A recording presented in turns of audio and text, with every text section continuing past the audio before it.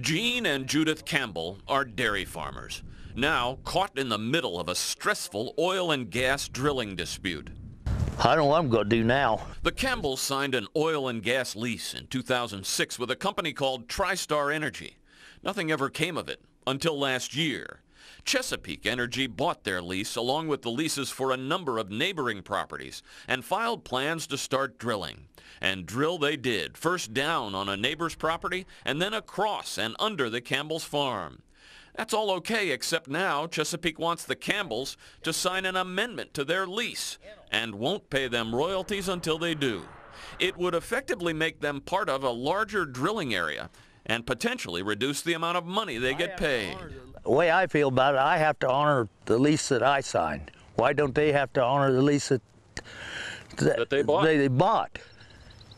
If they didn't like the lease, they shouldn't have bought it. In an email, Chesapeake says their drilling complies with all laws and the Campbells' lease. I thought they were trying to blackmail me into signing it. Basically what it amounted to. Chesapeake says its employees acted appropriately. The Campbells' attorney is State Representative Mark Oakey. What we're running into is a corporate mentality of threats and intimidation and telling people, you either do it our way or it's the highway. Oakey brings the added perspective of his clients in Carroll County to his work at the State House. He's convinced that the Kasich administration is committed to getting it right, but he's also very concerned that the state is already outmanned and underprepared. But Rick Simmers, chief of the state's Division of Oil and Gas Resources Management, disagrees and says new laws that went into effect in 2010 give the state strong regulatory authority to revoke permits and stop drilling when companies skirt the rules.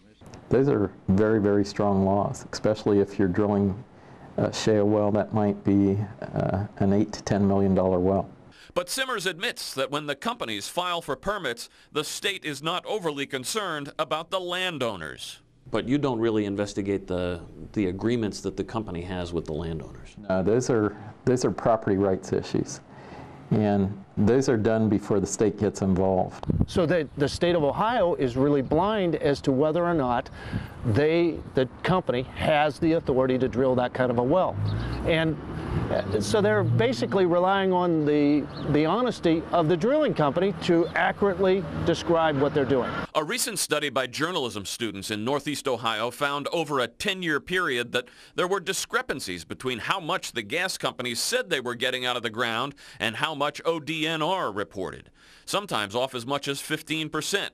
It's not clear whether Chesapeake was part of that study, but it is clear that the Campbells, like many landowners, have no audit rights in their lease, no way to make sure that when they do get royalty payments, they're getting all they deserve.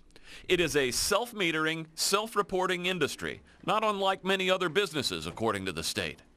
Chesapeake says all royalty check statements include a statement on the amount of production and any taxes or costs paid. But Oakey says without audit rights, the Campbells and other private landowners are vulnerable. And he worries that the state of Ohio may be vulnerable as well. The state of Ohio is going to lease public land. They're going to need audit rights. The state of Ohio collects a severance tax on the production from oil and gas wells. They're going to need an accurate accounting there to collect the tax that they're owed. Proof that the state is concerned about it showed up when ODNR devoted 2 pages in its draft language for an oil and gas lease on state lands to monthly statements and audit rights.